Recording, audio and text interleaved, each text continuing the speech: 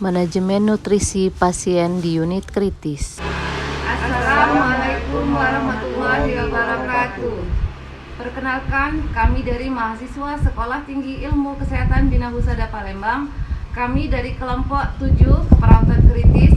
Kami di sini akan mempraktekkan tentang manajemen nutrisi pasien di unit kritis, di mana kelompok kami terdiri dari saya Muhammad Asrul Abdi, NPM 2114-2019-116-P. saya Sriana Dalia, NPM 2114-2019-139-P. Saya Erni Kamila, NPM 2114-2019-129-TTP. Selamat menyaksikan. Pasien yang dirawat di ICU biasanya ditandai dengan hipermetabolisme dan katabolisme yang meningkat sehingga dapat menyebabkan malnutrisi. Nutrisi yang tidak adekuat dapat meningkatkan morbiditas, mortalitas, dan menambah lama rawat di rumah sakit. Pemberian nutrisi tambahan sudah berkembang dan merupakan bagian dari terapi di ICU. Nutrisi merupakan kebutuhan dasar utama setelah oksigen dan cairan, di mana oksigen harus terpenuhi dengan baik, cairan, elektrolit, dan nutrisi. Ini merupakan kebutuhan dasar, dan kemudian ini tidak terlepas dari tanggung jawab perawat. Untuk proses suplai makanan ke sel, yang pertama yaitu ingesti, dilihat dari intake makanan dari lingkungan ke dalam tubuh melalui proses pemasukan makanan ke dalam mulut atau koordinasi antara otot rangka dan sistem saraf, kemudian pengunyahan dan kemudian menelan, koordinasi antara lidah, refleks paring dan esofagus serta saraf kranial dengan waktu 5-15 detik. Proses suplai makanan ke sel yang kedua yaitu digesti, merupakan fisik dan kimia makanan untuk dapat diabsorpsi dengan bantuan enzim dan koenzim, diatur oleh hormon dan saraf sehingga menjadi chyme. Prosesnya dari karbonhidrat, monosakarida, protein menjadi asam amino, lemak menjadi asam lemak, waktunya 1-4 jam. Yang ketiga adalah absorpsi, proses masuknya partikel zat makanan dari saluran pencernaan ke dalam pembuluh darah dan limfe melalui proses mayoritas terjadi di usus halus, gaster, berupa alkohol dan aspirin.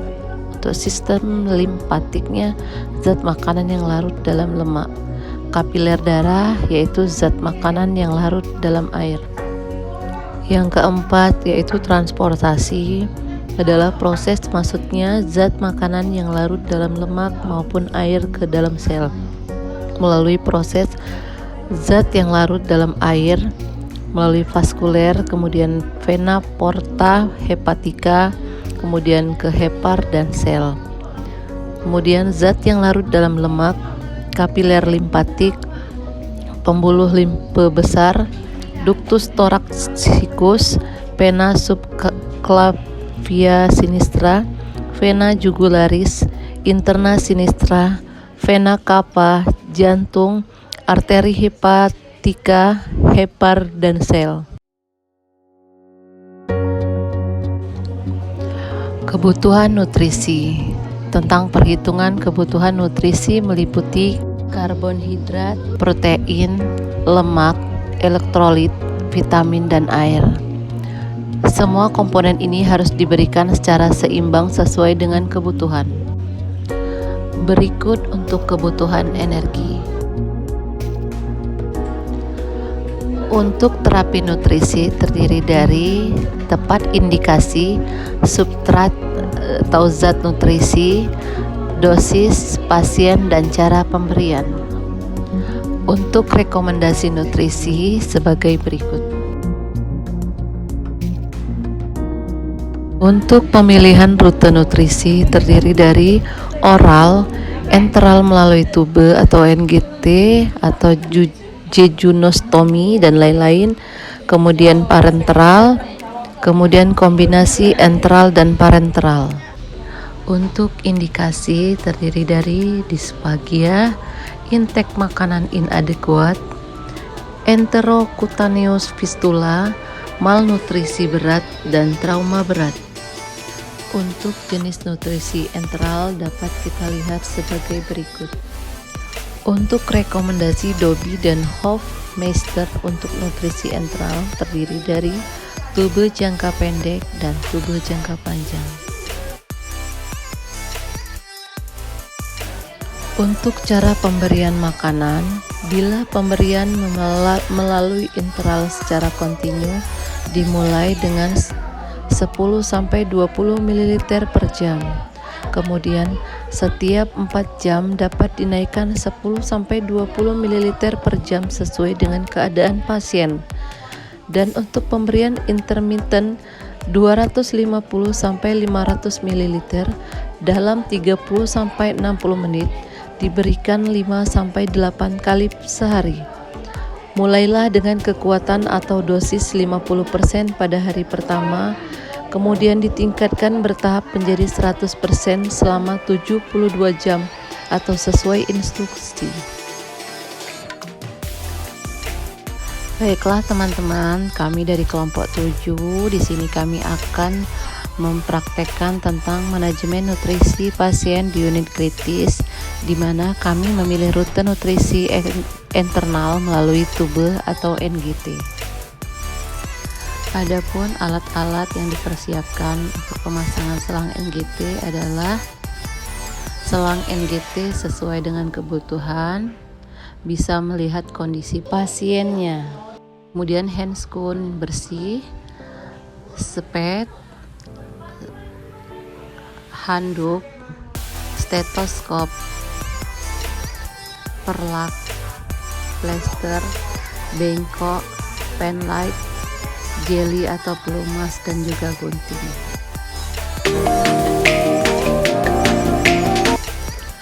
Langkah-langkah dalam pemasakan NGT diantaranya adalah yang pertama, siapkan peralatan yang dibutuhkan seperti yang telah saya sebutkan tadi, termasuk plester 3 untuk tanda fiksasi di hidung dan leher dan juga ukuran selang NGT. Kemudian setelah peralatan siap, minta izin pada pasien untuk memasang NGT dan jelaskan kepada pasien atau keluarganya tujuan pemasangan NGT, tapi sebelumnya jangan lupa mencuci tangan. Setelah minta izin, bawa peralatan di sebelah kanan pasien. Secara etika perawat saat memasang NGT berada di sebelah kanan pasien. Kemudian perawat mengecek lokasi hidung pasien. Perhatikan adanya sumbatan. Untuk menentukan insersi NGT, instruksikan klien untuk rileks dan bernapas secara normal dengan menutup salah satu hidung. Kemudian ulangi pada lubang hidung lainnya bagi pasien sadar. Untuk kemudian pakai handscoon dan posisikan pasien dengan kepala hiperekstensi. Kemudian pasang handuk di dada pasien untuk menjaga kebersihan kalau pasien muntah. Letakkan bengkok di dekat pasien. Setelah selesai, tandai selang dengan plester untuk batas salah satu selang yang akan dimasukkan. Olesi jeli pada NGT sepanjang 10-20 cm. Instruksikan pada pasien bahwa selang akan dimasukkan dan instruksikan pada keluarga pasien untuk mengatur posisi ekstensi. Masukkan selang dengan pelan-pelan. Jika sudah sampai epiglotis, suruh pasien untuk menelan dan posisikan kepala pasien fleksi. Setelah sampai batas plester, cek apakah selang sudah benar-benar masuk dengan pen light. Jika ternyata masih di mulut, tarik kembali selang dan pasang lagi. Jika sudah masuk, cek lagi apakah selang benar-benar masuk lambung atau trakea dengan memasukkan angin sekitar 5-10 cc dengan spet. Kemudian dengarkan dengan stetoskop. Bila ada suara angin berarti sudah benar masuk lambung. Kemudian aspirasi kembali udara yang dimasukkan tadi. Jika sudah sampai lambung, akan ada cairan lambung yang teraspirasi. Kemudian fiksasi dengan plester pada hidung. Setelah fiksasi lagi di leher, jangan lupa mengklem ujung selang supaya udara tidak masuk. Untuk evaluasi pasien setelah terpasang NGT. Setelah selesai, rapikan peralatan dan permisi pada keluarga pasien. Perawat bisa mencuci tangan dan mendokumentasikan hasil tindakan pada catatan perawatan. Selang NGT maksimal dipasang 3 kali 24 jam. Jika sudah mencapai waktu harus dilepas dan dipasang NGT yang baru.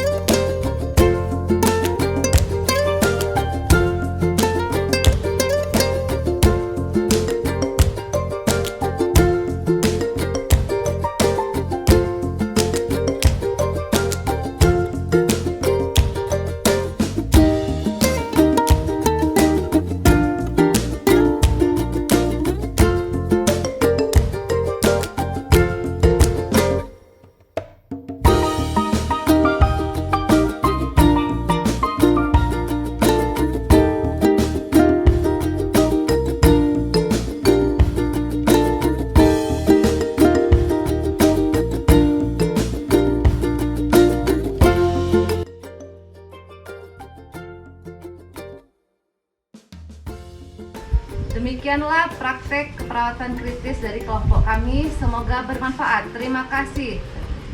Wassalamualaikum warahmatullahi wabarakatuh.